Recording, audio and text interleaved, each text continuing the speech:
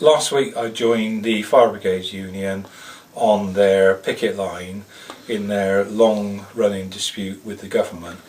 To my mind, this was a very sad development.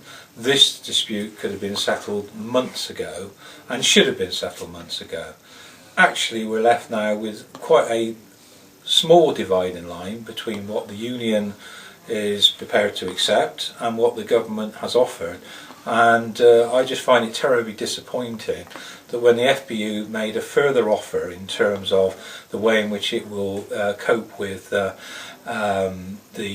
early retirement arrangements, and they are prepared to talk about that, and those who go off on sick, the government categorically refused to negotiate. In fact, the minister wouldn't meet the FBU again and drove them to that dispute last weekend, which was the first time the FBU had been out on a longer period of time rather than the short stoppages.